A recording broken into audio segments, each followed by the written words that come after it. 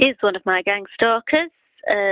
This sweet old man was gangstalking me. He's very unusual looking. This is a genuine photo that I took on my phone. I haven't interfered with it or messed with it in any way. Example, I haven't changed the colouring or anything like that. He certainly does look a little bit unusual. This is a clearer photograph that I printed off.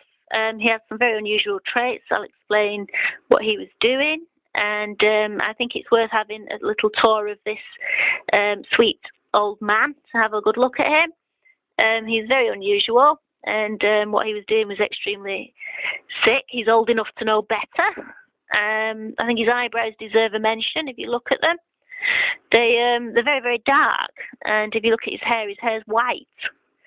Not only that, but it's hard to see on here, but on the phone, they look like they're not solid. I mean, that one looks like it's been painted on and that it's smudged. Again, I haven't touched up these photos in any way whatsoever.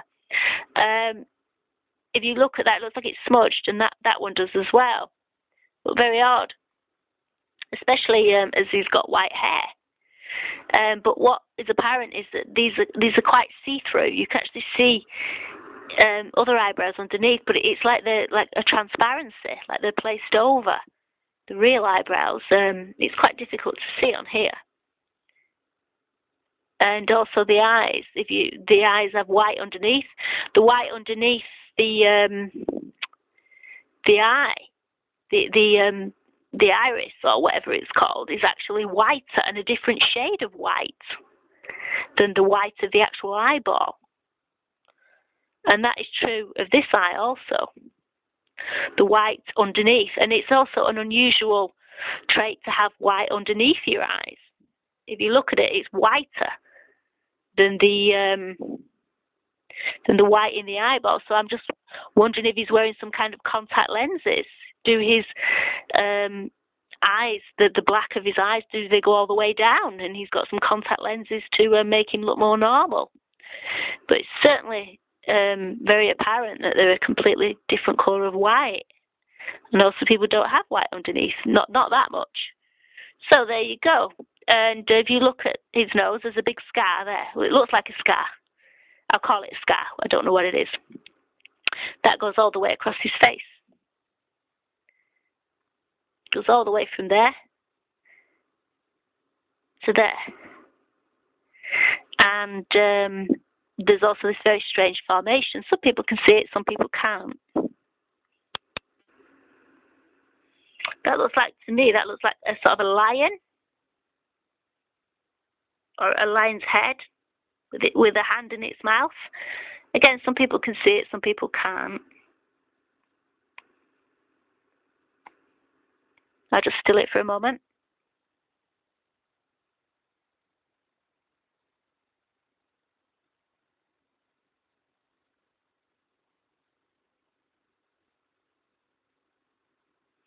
And that was on this sweet old man's face. Right. So we know he's a bit unusual looking. What he was doing is even more unusual. This is taken from the bus stop where I was stood. And this old man, it was raining very, very hard. This old man had a very large umbrella, and he was circling the bus stop. It was a bus shelter. He kept walking round it. And then he began coming in the bus shelter.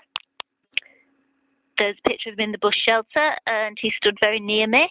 He began shaking the umbrella, making a big fuss with it, but he didn't put it down, even though he's under the bus shelter.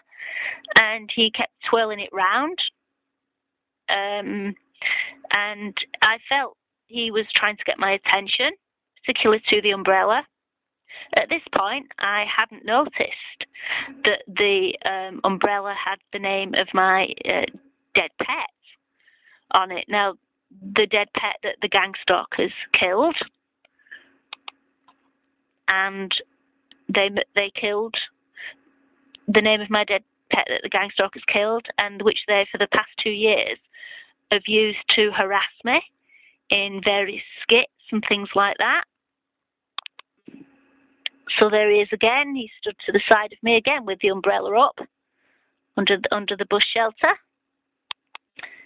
So at this point, I hadn't noticed that the umbrella had the name of my dead pet on it, which, as I've said, is used in various skits, and it can be used in plain view. It can be used openly because it's not like they're threatening to kill me or they're swearing at me. Nobody will notice. Any passers-by or any people in public places, so they use this to harass me in a very sick way. And they also use children to harass me with the name of my dead pet as well, which is. However, at this point, I hadn't noticed that was on the umbrella. I must also point out that this man went to a great deal of trouble for me to actually notice his umbrella. For instance, he kept putting it down, then putting it up, shaking it, etc. After a time, I decided to move from the actual bus stop I was stood at. I was waiting for my bus, and this here is the bus stop where I was stood. There, that's the big picture. This is the bus stop that I was originally stood at, and you can see the trees here, and that's where the gangstalker with the umbrella kept walking around. These are the actual trees in that photograph. So I was stood waiting for a bus here, which was due in about 10 minutes. And I decided to remove myself from the presence of this very odd acting person. I still hadn't noticed that my dead pet's name was on the umbrella. So I walked from this bus stop all the way up there. See there, there's a little crossing there, all the way across there. Across the crossing there, all the way across there, all the way around here. Yeah. To this bus stop here, and I stood underneath this bus stop here, yeah, which is where I am filming, where I was filming from. At the time, the man with the umbrella, the gangstalker, was still at this bus stop, and then he followed me. He walked all the way up there. He walked all the way up there, across the crossing, all the way around here, and he stood here right in front of me again with the umbrella. This is what he did. I still hadn't noticed that the name of my dead pet was on the umbrella.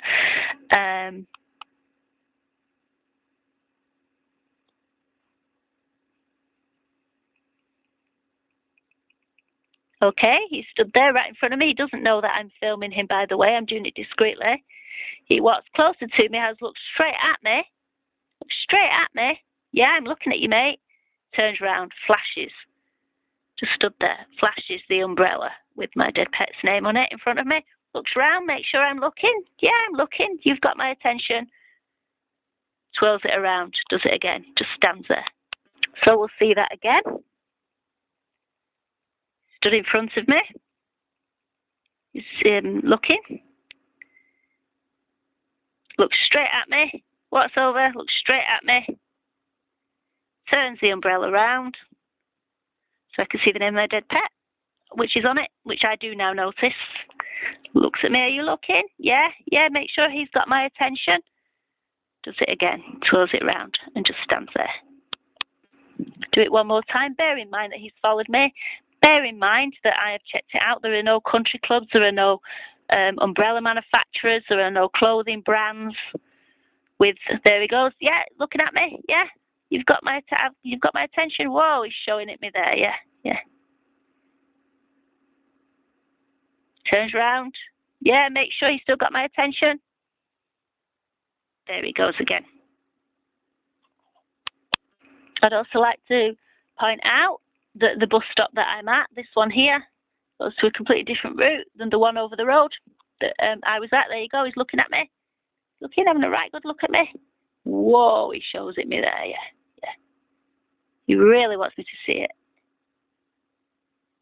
There's another look round, make sure that I'm looking at him, that he's got my attention. And there you go, shows it me again. Should definitely be old enough to know better. Definitely. I wonder, with the unusual traits, with the line across his face, and whether he's wearing contacts or not, and the very odd appearance of the eyebrows.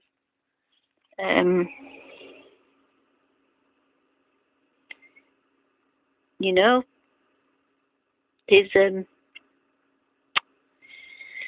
very unusual looking gangstalker, and at his age, to be participating in something like that on an innocent female in such a petty and sick way, you know?